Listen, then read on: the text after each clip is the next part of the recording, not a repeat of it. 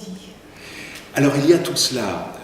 Ce spectacle, j'y ai pensé lorsque je travaillais à la préparation du spectacle avec Denis Lavant, que j'ai présenté ici, que nous évoquions à l'instant, que j'ai présenté il y a 2 ans.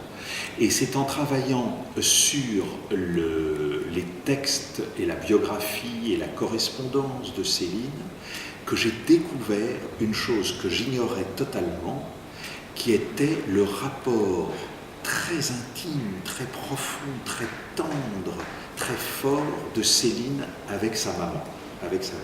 Ce qu'on ne sait pas, sauf si on a fait des études vraiment très poussées. Et je me suis dit, c'est incroyable.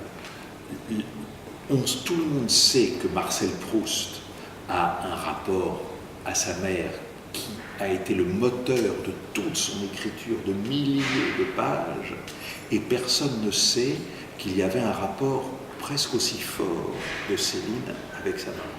Et je me suis dit, ces 2 auteurs, qui sont pour moi les 2 plus grands auteurs français du XXe siècle, que tout oppose, tout, la sexualité, les idées politiques, l'origine sociale, tout les oppose. Il y a un point qui les rapproche, c'est cet amour des femmes qui les ont précédées, qui les ont engendrées, leur grand-mère et leur maman. Et il se trouve que, pour revenir au titre des spectacles, il se trouve que Marcel Proust était juif. Céline était antisémite, tout le monde sait cela.